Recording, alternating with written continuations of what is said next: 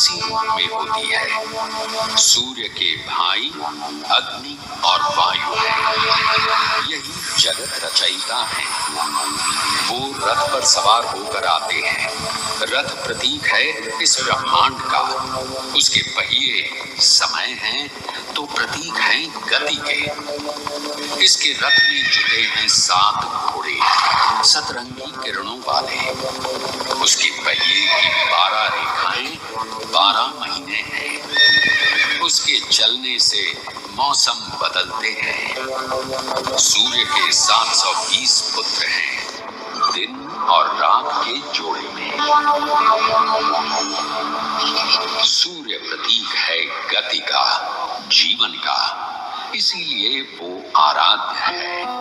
आदिम ओडिशा का केसरी साम्राज्य दक्षिण के गंग साम्राज्य के अधीन आ गया।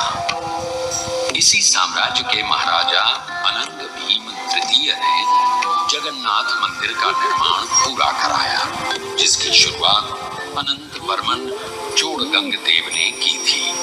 कहते हैं अनंग भीम तृतीय निसंतान थे। पुत्र प्राप्ति के लिए उन्होंने उसी मंदिर में और नरसिंह देव प्रथम का जन्म।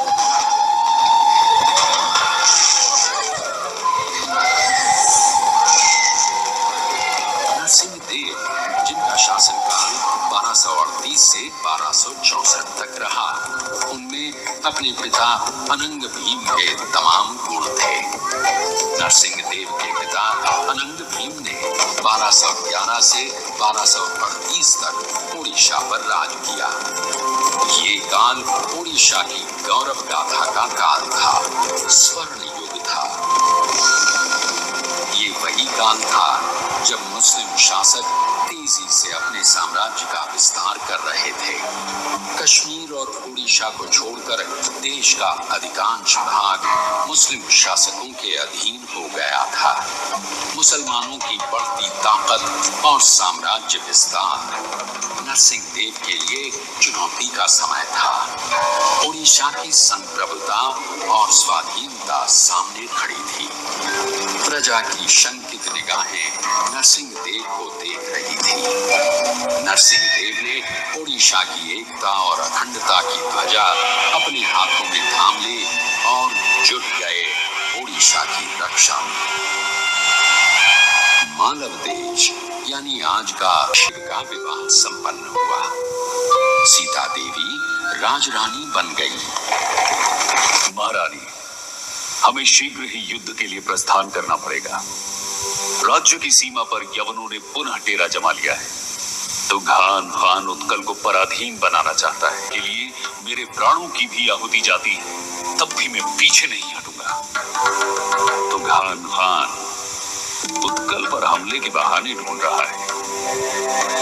यवनों को हमेशा हमेशा के लिए पीछे खदेड़ना पड़ेगा। इस बार उत्कल के वीर आत्मरक्षा के लिए युद्ध नहीं लड़ेंगे। इस बार हम आक्रमण करेंगे। उत्कल की विजय की प्रार्थना कीजिए रानी। उत्कल की विजय की प्रार्थना कीजिए। जिसका नाम नरसिंह देव है और जो सेवक है जगन्नाथ के, उसकी कभी पराजय नहीं हो सकती। जाइए महाराज, विजय पथ आपकी राह देख रहा है। भयंकर युद्ध हुआ, मार काट मची।